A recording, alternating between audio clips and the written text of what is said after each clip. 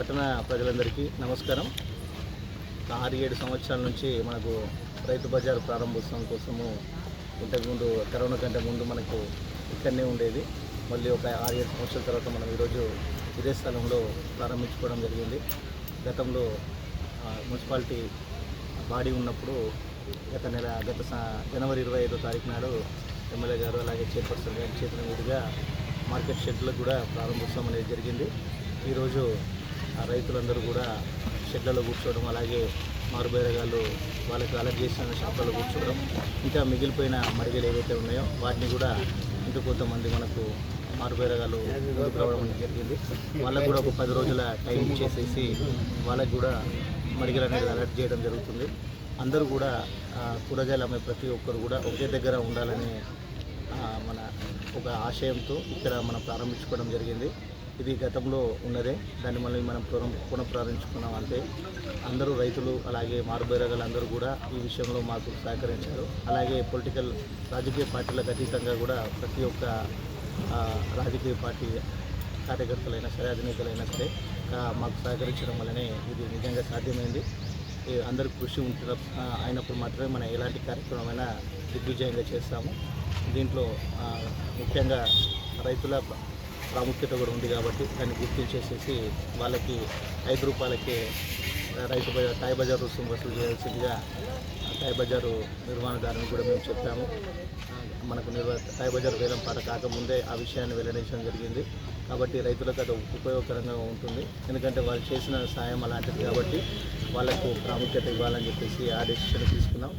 అలాగే ఎవరైతే ఇప్పుడు ఇంకా మడిగలు తీసుకోలేరో వాళ్ళకు కూడా మేము ఒక అవకాశం అనేది ఇచ్చాము. ఈ అవకాశం దాటిపోయిన తర్వాత వాళ్ళు కూడా ఆలోపే తీసుకుందామని చెప్పి హామీ ఇచ్చారు. ఒక మా ఆశయం ఏంటంటే కూరగాయలన్నీ కూడా ఒక పరిశుభ్రమైన వాతావరణంలో రైతులు మన కొనుగోలుదారులు తీసుకోవాలనేది మాకు మున్సిపాలిటీ తరఫున మేము కోరుతున్నాము. పరిశుభ్రమైన వాతావరణం ఉన్నప్పుడే ఎలాంటి మనకు అనారోగ్య పరిస్థితులు తలెత్తాం.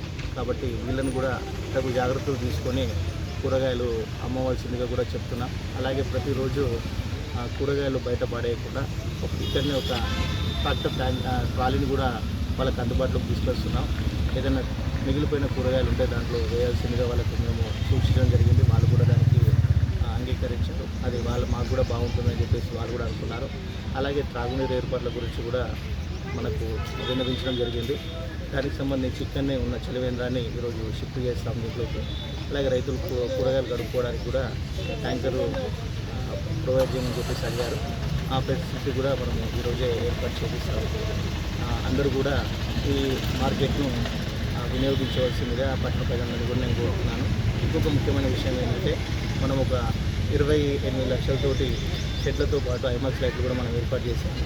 సో రాత్రిపూట కూడా మనకు 9-10 అయినా సరే రాత్రి మనకు పగలైనట్టే ఉంటుంది. మీరు కూడా వచ్చి చూసి ఒకసారి చెప్తారు మీరు మాకే. ఎందుకంటే ఏ సమయంలో వచ్చినా కూరగాయలు కొనుక్కోవడానికి ఎలాంటి ఇబ్బంది లేకుండా చేశాము.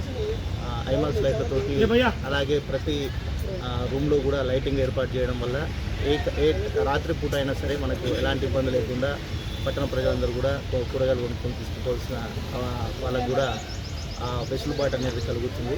కాబట్టి ఈ విషయంలో సహకరించిన ప్రతి ఒక్కరికి కూడా మేము ఈ సందర్భంగా కృతజ్ఞత తెలియజేస్తూ ఇది రాబోయే కాలంలో ఒక మంచి మార్కెట్గా ఉండాలని చెప్పేసి నేను కోరుకుంటూ ఈ విషయంలో సహకరించిన ప్రతి ఒక్కరికి కూడా మనస్ఫూర్తిగా మా మున్సిపాలిటీ తరఫున కృతజ్ఞత తెలియజేస్తున్నాను.